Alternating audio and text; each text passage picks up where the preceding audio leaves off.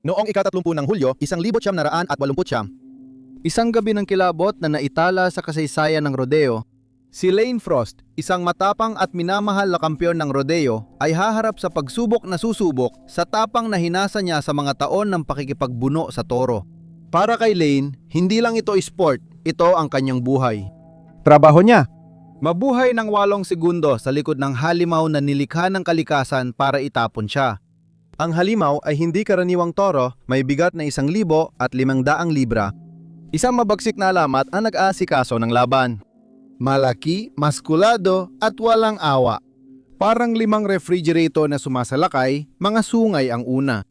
Sa gabing iyon na maulan, habang naggangalit ang bagyong ulap sa itaas at naging maputik ang arena, lalong humirap ang laban.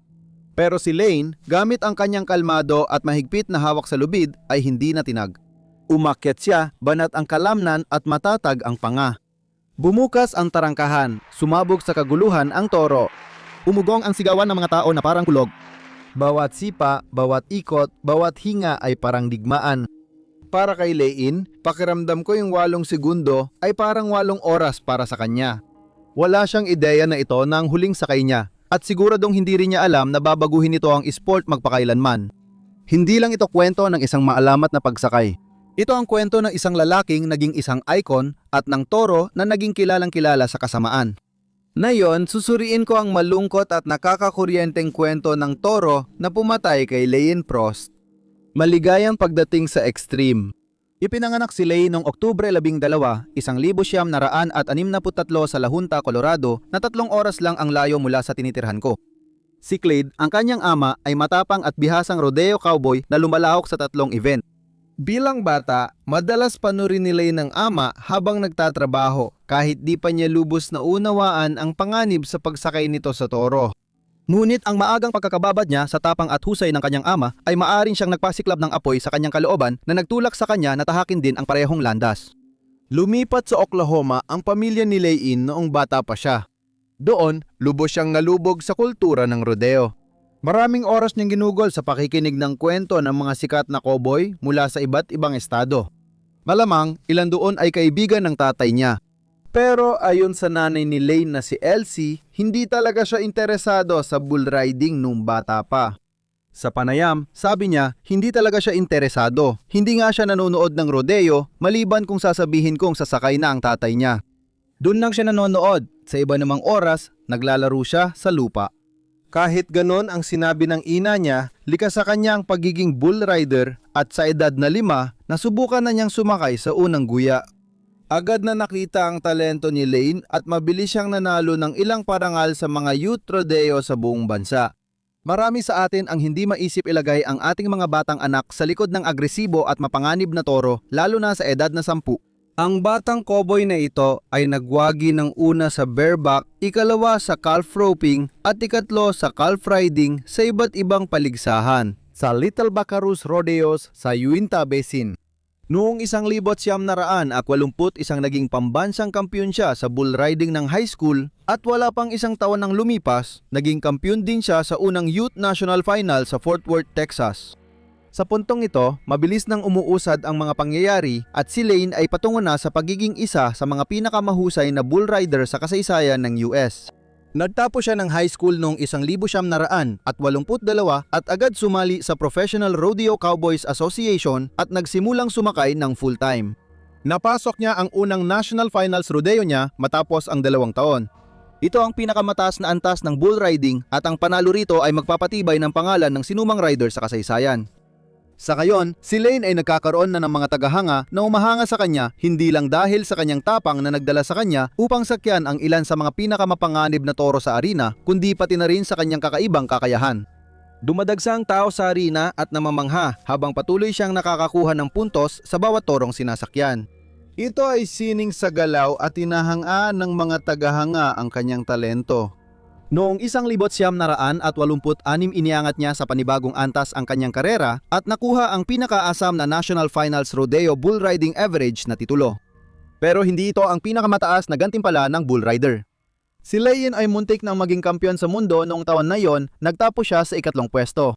Hindi niya hinayaang maapektuhan siya nito. Sa susunod na taon, mas nagsikap siya at sa katapusan ng 1987 natupad ang kanyang mga pangarap.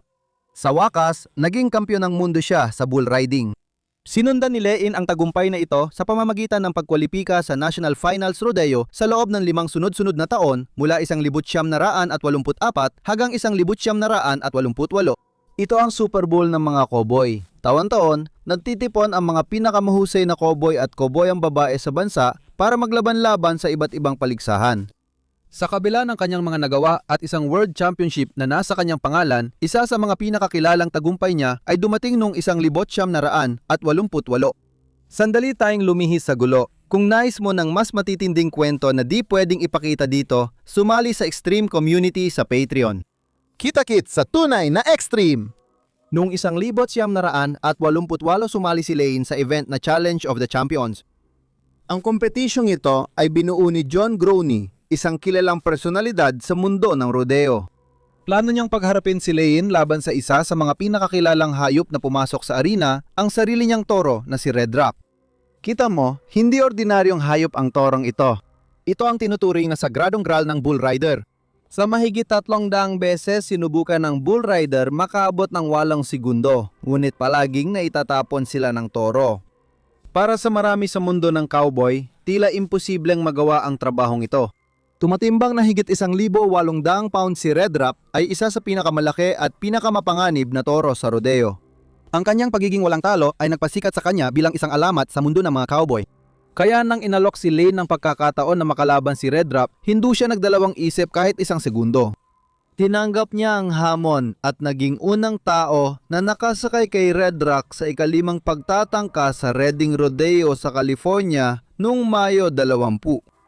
Pagsapit ng 1989 tuluyan nang naitatag ni Lein ang kanyang pangalan bilang isa sa mga pinakadakilang pangalan na nabigay karangalan sa sport ng bull riding.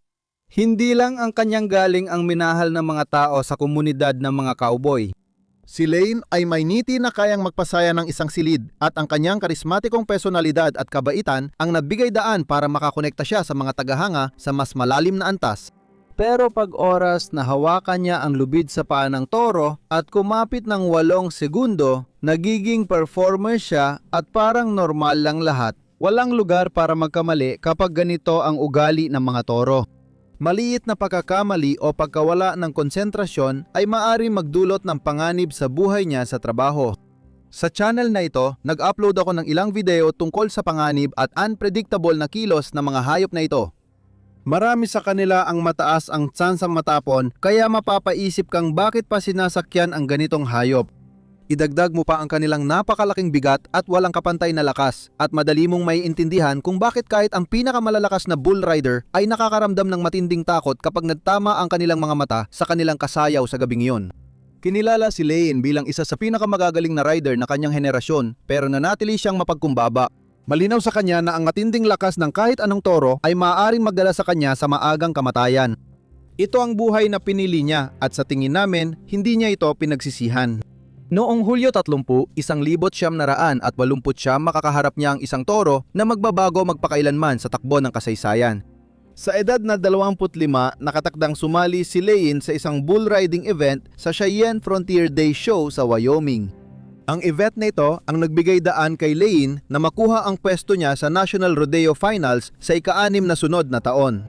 Ngunit hinarangan siya ng dambuhalang torong kilala ng mga lokal bilang taking care of business. Tinatayang may bigat na 1,500 pounds, hindi ito kasing bigat ng kanyang pangunahing kalaban na si Red Rock. Habang kinatatakutan ng ilang toro dahil sa hindi mahulaan nilang ugali o liksi, si taking care of business ay sumikat sa rodeo history sa ibang dahilan. Si taking care of business ay isang Brahma na toro na pagmamay-ari ng Bad Company Rodeo, grupong kilala sa pag-aalaga ng mga pinakakilabot na toro sa arena. Nagmula sa India at pinalaki sa US noong ika-19, na siglo kilala ang lahing ito sa tibay sa init, mataas na pagkamabunga at mga genetic na bentahe sa paghahalo ng lahi. Gayunpaman, ang kanilang kakaibang laki, matipunong pangangatawan at likas na ugali sa pagwawala ay dahilan kung bakit sila angkop na mga kandidato para sa rodeo. Noong Cheyenne Frontier Day Show noong 1989 si Taking Care of Business ay nakilala bilang isang makapangyarihang hayop sa mga nasa rodeo circuit kahit na maikli lamang ang kanyang karera. Ang kanyang matinding lakas at kapangyarihan sa pagwawala ay tiyak na nag-iwan ng maraming mga ngabayo na nagdududa kung tama ba ang kanilang desisyong sakyan siya sa simula pa lang. Ibig kong sabihin, masisisi mo ba sila? Ang pagkahulog mula sa hayop na ito ay siguradong magdudulot ng higit pa sa ilang pasa sa mga mangangabayo kinabukasan. Gayunpaman, kung ang isang mangangabayo ay mabunot niya ang pangalan nito, mapipilitan silang sumampa sa napakalaking katawan nito at gawin ang lahat ng makakaya upang makakapit habang dahan-dahang lumilipas ang oras. Sa araw ng kaganapan, normal lang ang lahat kay Lane. Naglaan siya ng oras upang makipag-usap sa kanyang mga minamahal na tagahanga na naglakbay pa ng malayo para lang mapanood siyang magpakitang gilas. Pakiramdam niya malapit na siyang gumawa ng kasaysayan dahil mataas ang kumpiyansa niya mula sa sunod-sunod na panalo nitong nakaraang taon. Kung matagal ka nang nanonood dito, alam mong walang ligtas sa trahedya at maaring mangyari ang sakuna kahit kailan. Ang mga sinad ng araw ay nagsimulang sumingit sa pagitan ng mga ulap matapos ang pag-ulan at pinailawan ang arena niyang puro putik at lupa. Mahirap ang kondisyon sa arena, pero si Lane, gaya ng dati, ay nagtagumpay kahit pabor sa kalaban ng sitwasyon. Sigawan ng mga tao ang pangalan ni Lane habang sumasampa siya sa toro pagsapit ng 3:30 na anthay. Itinulak siya palabas ng tarangkahan. Panahon na para sa palabas. Naipanatili ni Lane ang balanse habang nagwala at sumipa ang toro. Lalong hinigpitan ni Lane ang hawak sa lubid at ginamit ang lahat ng lakas para manatili sa likod ng toro habang inuudyukan niya ito gamit ang mga paa para makakuha ng dagdag na puntos. Nagpalakpakan ang mga tao habang ibinawagayway ni Lane ang kanyang kabilang braso sa bawat malakas na pagwawala ng toro. Kahit anong pilit ni Taking Care of Business, hindi nito naitapon si Lane mula sa likod nito sa bawat talon at yuko. Sa isang saglit, tila natapatan ni Lane ang toro. Pagkatapos, dahil sa matalim na pag-untog at liko, naipalipad siya ni Taking Care of Business mula sa likod. Nagiyawan at nagpalakpakan ang mga tao dahil alam nilang matagumpay na tumagal si Lane ng walong segundo para makapuntos. Pero halos agad-agad, naramdaman nilang may mali. Naipit ang pulso ni Lane sa lubid at bumagsak siya ng hindi maayos, diretsyong nahulog sa harap ng paningin ng toro. Bago pa man siya makakilos, sumugod si Taking Care of Business at marahas siyang inatake habang nakakulubot siya sa lupa. Tinapakan nito ang ulo at katawan niya gamit ang bigat. Pagkatapos, malakas niyang isinaksak ang malaking sungay sa tagiliran niya. Napasinghap at natahimik ang lahat habang pinapanood ang bayani nilang nakahandusay sa arena. Maya-maya, nakatayo ulit si Lane pero nagawa na ang pinsala. Kitang-kita na labis ang sakit na nararamdaman niya at hirap siyang huminga. Nagpanik siyang kumaway kay Tough Hedeman sa gilid para humingi ng tulong. Nakakatakot ang kuha na nagpapakita kay Lane na ilang hakbang lang bago siya bumagsak habang nilalapitan ang mga sumaklolo.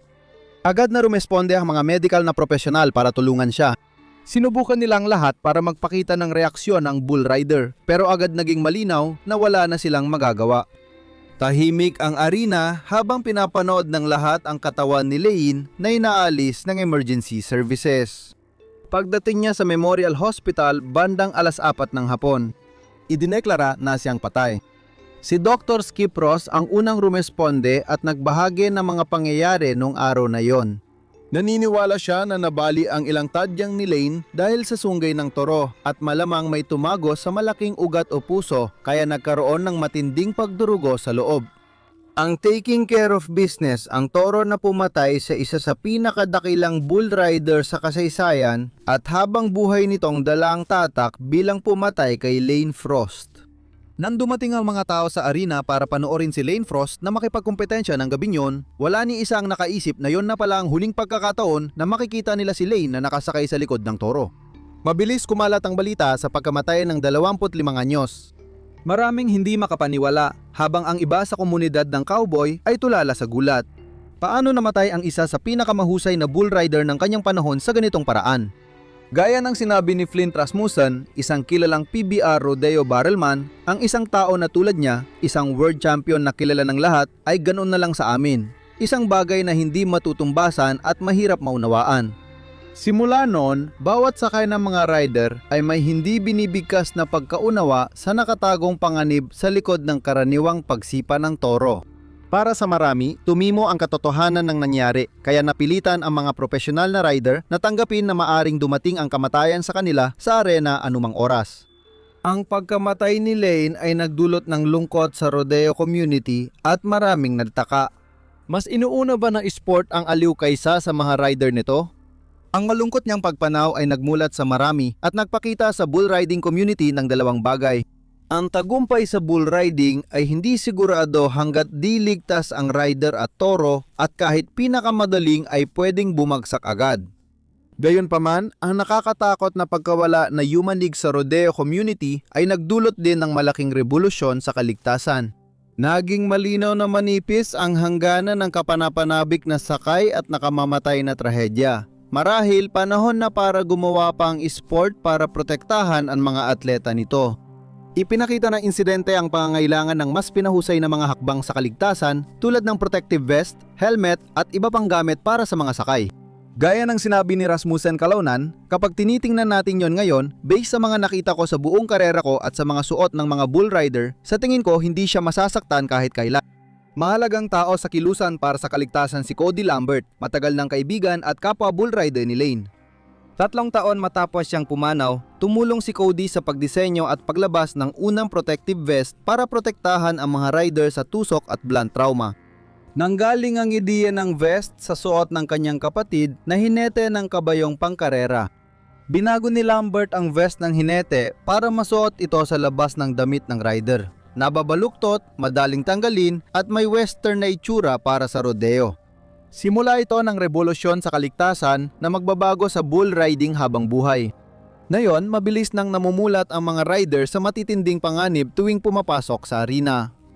Si James Burton Mooney ay isa sa maraming rodeo cowboy na hayagang umamin na may habambuhay siyang mutang na loob kay Lane. Sa kanyang karera, nasakyan ni Mooney ang ilan sa pinakamataas na ranggo ng toro sa PBR at gumawa ng kasaysayan noong 2016 bilang unang bull rider na kumita ng $7 milyong sa buong karera. Si Lane ay isang alamat para sa kanya at sa panayam, binigyang diin niya ang impluwensya nito sa kanyang karera.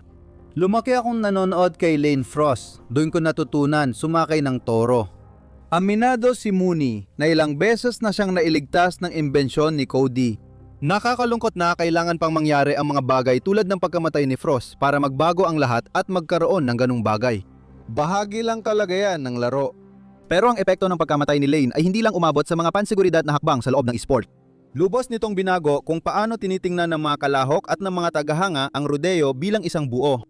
Maraming mga ngabayo ang nagsimulang lapitan ang bull riding na may mas mataas na paggalang at pag-iingat. Ayon kay Nevada Newman, bull rider mula Millstone, Montana, ipinapakita nitong delikado ang sport at maaari kang mamatay. Mas lalo naming nirerespeto ang sport dahil dito, nagsimula ring makita ng mga tagahanga ang bull riding bilang mas delikadong sport kaya naging mas magalang at suportado ang kanilang pagtingin dito. Makikita pa rin ang impluwensya ni Lane Frost sa modernong bull riding. Ang kanyang pamana ay patuloy na nagbibigay inspirasyon sa mga sakay dahil sa kanyang talento, personalidad at dedikasyon sa sport. Sabi ni Nathan Schaefer, profesional na bull rider, araw-araw kaming nagdiriwang dahil sa kanya. Araw-araw namin siyang hinahangaan. Ang impluwensyang ito ay paalala ng kahalagahan ng kaligtasan sa bull riding at ng pangangailangang parangalan ang alaala ni Lane sa pamamagitan ng patuloy na pagpapahusay ng mga hakbang sa kaligtasan sa sport. Salamat sa panonood. Magkita tayo ulit. Manatiling matapang at mamuhay ng may tapang.